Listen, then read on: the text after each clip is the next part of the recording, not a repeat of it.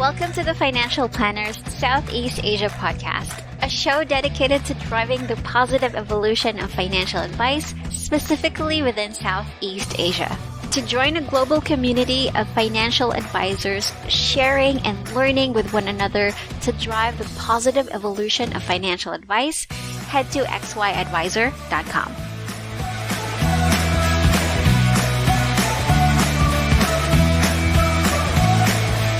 Hey guys, welcome to another episode of the XY Advisor Southeast Asian podcast. Gwen here, and today I am with a certified wealth planner from the Philippines, Nalla Deligero-Salcedo. Hi, Nalla. Hi. All right, so thank you so much for being here with me today. Thanks as well. No problem. For inviting me. Of course. So I'm actually very excited to have you on here because I actually have a specific topic that I wanted to talk about with you, and I won't beat around the bush to it. So I mentioned on my introduction that you're a certified wealth planner. Can you tell us more about that? Because I know that here in the Philippines, most people only know financial advisors, but we don't really, I haven't heard of like a Filipino certified wealth planner. So can you tell me more about that? Yeah. There's actually quite a lot of us already. So the certification, it's very broad. Mm-hmm. So you get to be, when you say wealth planner, so not only that you'd be certified in investment, also you'll be dealing with risk management and estate planning as well. All right, that's very interesting. Estate planning, yes, estate planning. And because that's very interesting, because not a lot of Filipinos actually know anything about estate planning. My parents certainly didn't know about that. So let's tackle on that a little bit further. But first, I wanted to learn, where did you get your certification? Okay, so I got my certification from the Wealth Management Center, Center for Communication Research, INC. This is a flagship program, WMC, Certified Wealth Planner, Certified Estate Planner, Certified Wealth Planner, Investment Planner, and Risk Manager. So there. All right. So this actually designed to help participants to confidently and professionally respond to clients' concern on not only the health, finance, insurance planning, investment planning, and also an estate planning. All right. And how long did you have to take the classes, or are they classes or are they seminars? They're really classes, online classes for now. Originally, you have to really go to a physical class, a brick-and-mortar class. Unfortunately, due to the pandemic, we're offering it online now, which is even better, especially for people like me. Yes. I think I wouldn't be able to get it if I have to go there physically. Katapulan man ko. Yes, because you mentioned we chatted here before we started the podcast. We chatted and you mentioned that their physical classes cost around 45,000, but now they've dropped it to 12,000 because it's just like online classes. I'm not quite sure what's the reason behind, but when I heard about it, they grabbed the opportunity. I grabbed the opportunity, and then at the same time, it's not like bulk, not 12K. It's like staggered budget siya. So it was like half and half. So half pre-admission, and then you pay the other half once you start the class now.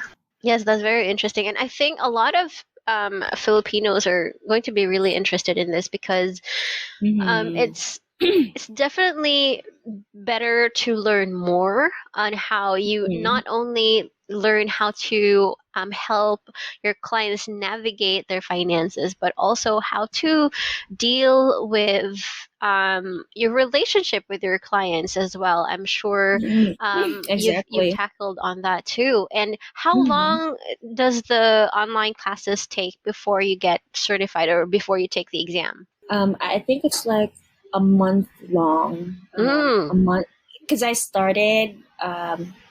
If I'm not mistaken, I started uh, November, Mm. and then November till December, and then after that, I had my group or Valida, and then the last one would be the certification or the exam itself.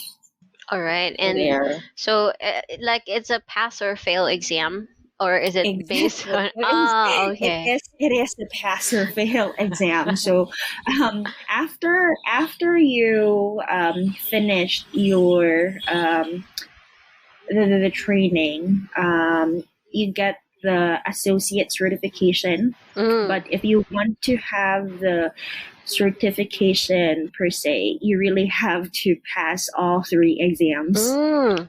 Oh, Yeah. all right. So So, the exam for financial advice, estate uh, planning, is it? yeah. Ah, okay. So, you'll have investment, Oh, you'll have estate, and then the other one is for risk management and insurance. okay, cool. Mm. So it's just like taking an exam for from the government. I forgot the name. Yes. Exactly. It's like taking a it's like taking a bar exam. Something. It's nerve wracking. Oh yes, definitely. Oh my gosh, it's a pass or fail. So you don't really get a chance to have like an in-between grade or anything like that. But I'm really You glad have that to really pass you it. passed. So Yeah, thank congratulations. you. Now, I'm really glad to. right now, so now you can offer like different services for different life stages of your clients. And Mhm. so, like, are you still like because you're a certified wealth planner, does that Mhm. mean that your prospective clients are able to hire you full time as Mhm. their like financial planner, or are you still in like a commission base um, style similar to what we usually have here as financial advisors in the Philippines? That's a very good question. Mm-hmm. Well, since I'm still new, I'm still based on commissions. Mm. However, with the certification that I have, I can already, ask people for a fee for Mm. my professional fee. Mm. However, if there's anything, if it's like insurance related, my consultation is actually just free. However, if someone would ask me, like for consultancy or something like that, we Mm-hmm. can talk about the price. All right, all right. Well, that's really good because it means that if ever you or other financial advisors decide to get certified as a wealth planner, they can actually get a steady, more or less a steady paycheck, if I may Mhm. say, other than our commission in selling insurance. Because let's face it, here in the Philippines, we don't have the Mhm. same um, business model as Mhm. other countries where they can become really full-time financial advisors because there is steady income coming in, whereas here if we don't have any commissions, Mhm. we don't have anything else to pay the bills, and that's why most financial advisors are just doing financial advice part-time. Mhm. And yes, and we really, I think it's a really good idea to start moving forward past that. And Mhm. because I think that, and the reason why I really wanted to talk about being a world you being a wealth planner first is because I think it's a very interesting concept that we are gearing towards a more Mhm. sustainable income for financial advisors, and not just relying on commissions Mhm. from our selling insurance, and that we actually can offer different types of services aside from risk management. Right, Exactly. right. Now, because you're new, you're a certified wealth planner. I know that this isn't your, like, I know that you were in sales before, and financial advice usually relies heavily on sales skills. So I want to ask, what was your career before becoming a financial advisor? Okay, so well, just pretend that you don't know me. Yes. Okay, so I was with the BPO industry for over. I've been in the workforce for over 15 years. Mm-hmm. Um, 12, almost 13 years in training and development. So I've been a trainer. I'm a Mm-hmm. senior trainer there. All right. All right. So you have been a in the BPO industry for a very long time, 15 years, and in that Mm-hmm. 15 years, you've been a trainer, a senior trainer in the BPO industry for like 13 years. Now, Mm-hmm. that is like, you know how to talk to people Mm-hmm. in very large in a large crowd as well, but there's not really any sense of sales involved. So how did you Mm-hmm. transition yourself from being a trainer to becoming a wealth planner? Okay. Well, although that's my profession. I'm a trainer. I Mm-hmm, train people and mm-hmm, all those stuff. mm-hmm. But in terms of sales, I actually consider myself as a salesperson. Mm, Like, I think it's innate for me. I remember when I was still like very young, I would come up with like great ideas on what to sell. all right. Business you know, minded. yeah, I have that mindset. So it wasn't a hard transition for me, Mm, and I see it as my advocacy. Even when I'm not related to any financial institution, like as a breadwinner mhm, and going through tough times, mhm, me sending myself to school and all those stuff. So um, I I'm already a believer, and that even became stronger as when I joined the financial industry. Because now I already have the knowledge, I mhm, already have the experience and all that. mhm. Why did you get into financial advice in the first place? Because I know that there could have been like a lot of options for you out there, but why did you choose the Uh, financial advice industry? that's a very good question. So, um, I always believe that God has this perfect plan for you, Mm-hmm, and it just so happened that He guided me into this path. I was a believer before, but mm-hmm, now that I'm already in this industry, mm-hmm, and with the people that I work with, the company that I work with, uh, I became more from a believer to a uh, promoter there. So mm, all I right. become a promoter of this. So I have quite a few friends in the financial industry. But when one invited me to, learn the business, I said yes. I think I was just really waiting for that opportunity. If it did Mm, not happen, I was about to approach one of my friends that mm, I have been scouted quite a lot ah, before. yeah. I think it's because of my background. Mm, They saw the potential. They knew how hardworking I am, mm-hmm, and I think it's just really innate for us trainers and me mm-hmm. personally to interact and build that kind of relationship with the people that I'm around with. Yeah, yeah. So yeah. Right. And because you started um your journey here in this industry. You took your certification, your classes and your certification last year. Did you experience any struggles adapting because you started amidst the pandemic? That's a very, very good question. Yeah. I think even the tenured ones really have to adjust and adapt Mm, due to the pandemic.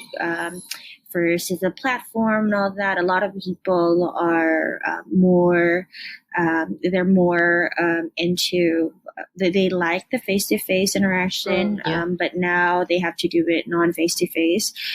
They have to re strategize and all those. So I wouldn't say that it was a very smooth transition for me. Mm, At first, when you're not in the role yet, you get to think, okay, I think I can do it with all the connections, with all the experience, mm, and I'm good with communicating. I've seen quite a few people who's not, they're actually thriving in this industry. mm, So I wouldn't see any like reason why I wouldn't do so. But when you're into the role, mhm, you get to experience all of those rejections. yes.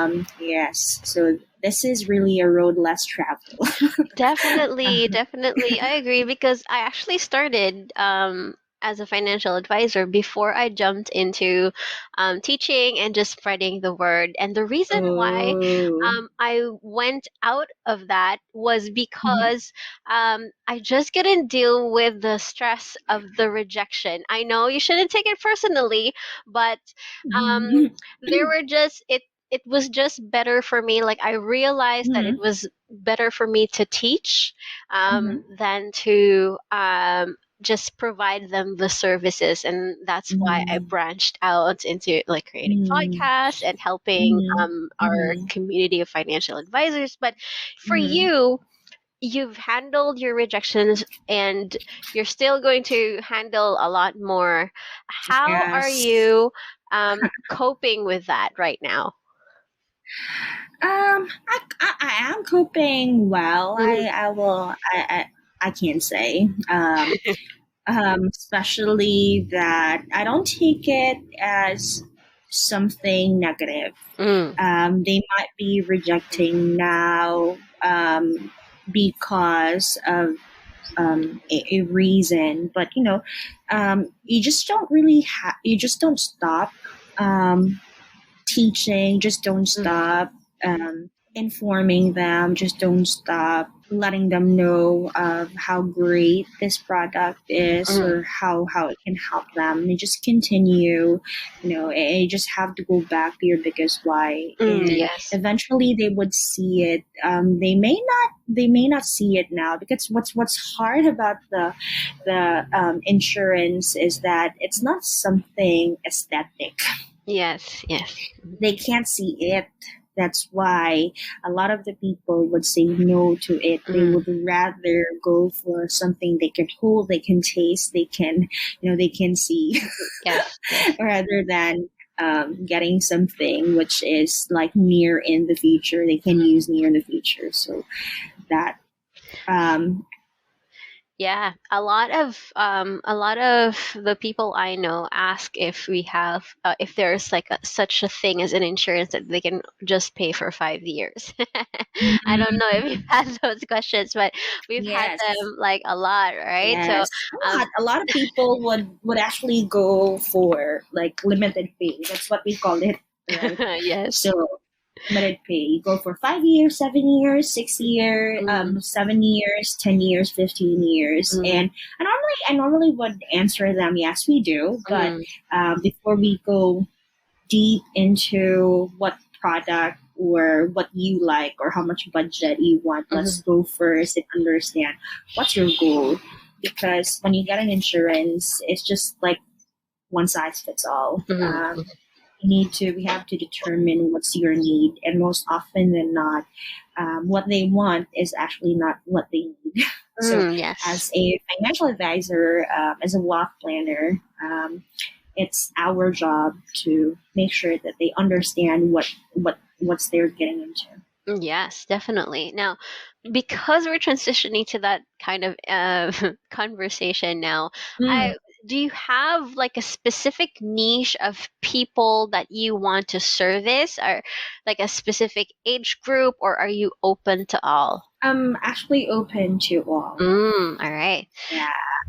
All right. And I think I agree with that, because you, since you are a certified wealth planner, you Mhm. have different types of services Mhm. from all age group. Like for example, Mhm. for estate planning, young Mhm. people don't need that, but certainly Mhm. like older people do. Agreed, Mhm. agreed. Mhm. And Well, the it's not just really for older people, but around 30s, yes, especially yes, yes. With um, kids. with kids, or for those who they have a lot of properties Mm, and they're actually not aware. So most of my clients are not really, well, they introduced me to their parents. mm, So some of them are, they got an insurance from me, and then when they knew that I also do estate planning, mhm, so they also introduced, because I well, when I present the product to them, I mhm, normally would tell them that there's a lot of um, things that you can do with your mm. insurance, not just Yes, for death for benefit. yes, that's true. That's true. I I understood the beauty of estate planning when actually when one of my when my dad passed away, and he Hmm. actually left with a few properties, but Hmm. those properties, like, the taxes weren't paid, there was no money Hmm. to pay for the tax, and Hmm. it was so expensive to pay the taxes. So that's where Exactly.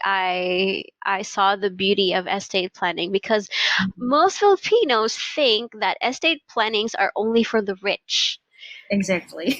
but it's not. It's for middle people Yes. as well, who has properties, who has Hmm. who who has a house, and they want to give those, the relief to their children, that's all been taken care of. So Mm. for those non-financial advisors that are listening, that's what an estate planning is for. And you can actually, reach out to Nalia if you want to learn more. Yes. Right. So, and because like you are open to all, age groups, you are open Mhm. to having all of these clients in. What are your goals for this year, 2021, since we are still in the first quarter? Well, for the business, I wish to cater more Mm, clients, not just on the size of the it's not just for the size or the amount that mm, they would put in, yep. but more onto the coverage. It may be little, but at least, like, I wanted to spread Mm, the influence, the knowledge, let people get more, and trust the insurance industry, because in the first world country, or in first world countries, a person, or a regular individual mhm. could probably have, like, more than two Yes, insurance, yes, different types. right? But yeah, here in the Philippines, unfortunately, only 10%. Yes. That's how little is the population. So there are still 90% of the Filipino out there that doesn't own or have an insurance. So Mm, there, I wanted to spread more advocacy. I wanted to spread more information. So I'm more focused on the coverage.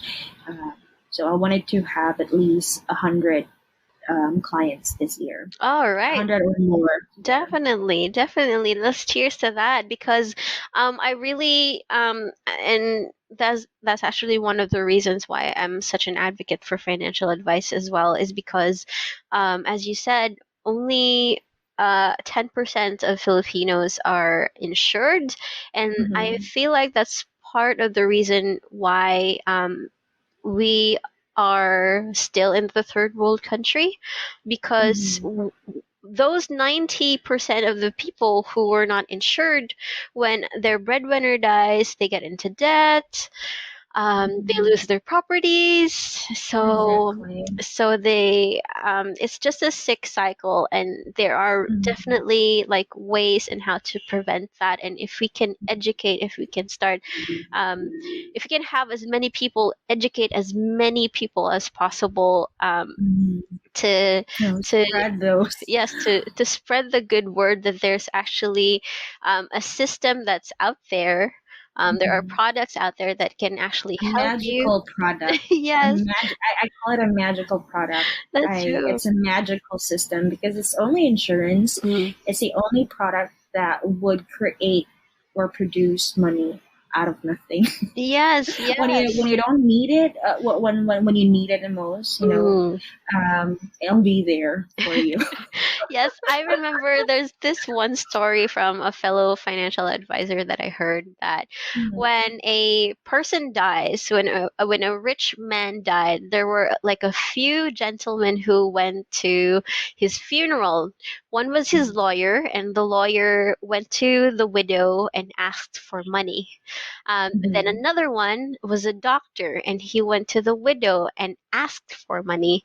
And then there came the financial advisor, and he went to the widow and he gave her money. Yeah, Exactly. so that was that to me is a actually it might be a very short story, but it's a very powerful one. That there is a way, and I agree with you when you said that Filipinos don't really like insurance because they don't see it. It's Mhm. not there. It's just mainly a promise, but it's a promise that is worth investing. So Mhm. yes, I'm glad that you are targeting 100 people to Yeah, educate. or even more if God Yes. would help me um, reach more people. It'll be great. I'm not really aiming for awards. For me, it's just if I get like a Rookie High Flyer, a Mm, National Achievers Award, an mm, MDRT, COT, yes. TOT awards. Mm, These are just really a result of a job well done. yes. Uh, so that's why I'm more into coverage. Yes, that is true, and I definitely agree. Those awards are nice, but I feel like having heard like positive or great news from your clients is Mhm, exactly. even better. Now, final question for you before we end the show, Nalia, is Oh. what advice would you give to those people out there who want to get into this business, to the Mhm, industry, but are still in the fence, that they're in doubts, like mhm. what do you think would be what's so great about this industry that we've jumped right into it? Okay. So, especially me, that I've been working in a corporate for the past years. You know, if you just try to think of it, that if you work hard, if you work extra hard on your job, you do you put extra time on it, will you be getting more than what you are expected? Will you be getting more than what your salary rate is? Mm-hmm. I don't think so, right? But if you in this industry, your potential, your earning potential is limitless. That really just depend on how you work, because if you put effort, you put your time in this industry, it also come back to you. So you're not just building your wealth. You're not just building relationship. You're actually creating an empire here, because every time that you get close and help and protect people, especially Filipino people, the result of that is, of course, you get you get something in return, Mm-hmm. and that builds all throughout the year, all throughout the day, months. So you just really have to believe in the system. I did not jump out of whim Mm-hmm. Mm-hmm. as well. I I fell in love. I fell in love in the Mm-hmm. industry. I fell in love with the product. I fell in love with the company. I fell in love with the people that I'm working with, which is very important. When you start in this business, you really need to have a strong support system. I Yeah. think that's what you need to really look for. Know the product. You have to be sold to the product first Mm-hmm. before you can sell it to others, before you can let others, believe and get influenced by your product. Mm-hmm. You need to learn, love it more. So, join trainings, join seminars. Knowledge is very important, especially in Yes. the financial system. Mm-hmm. In this industry, knowledge and time is very important. So, if you have that, that would be that would be your edge All right. there. Great. Yes, totally agree with that. So thank you so much, Nalia, for being here with me, Mhm. for giving our listeners some gold, especially with regards to being a certified wealth planner, for sharing your journey here and your love for the industry. I'm excited to get this podcast out there, and also to get Uh, you in here again. Maybe next year, let's try to check and catch up on your goals and the things that you've learned throughout the year. All right. okay, sure. And I can certainly let you meet, people who can be Yes. part of this podcast as well. So these are really, really great people who've been in the industry for quite long. Mm. I think they can provide more input into your sessions. All right, definitely. I would be very happy to have them. So let's talk about that later on. Have a good one. You too. Bye.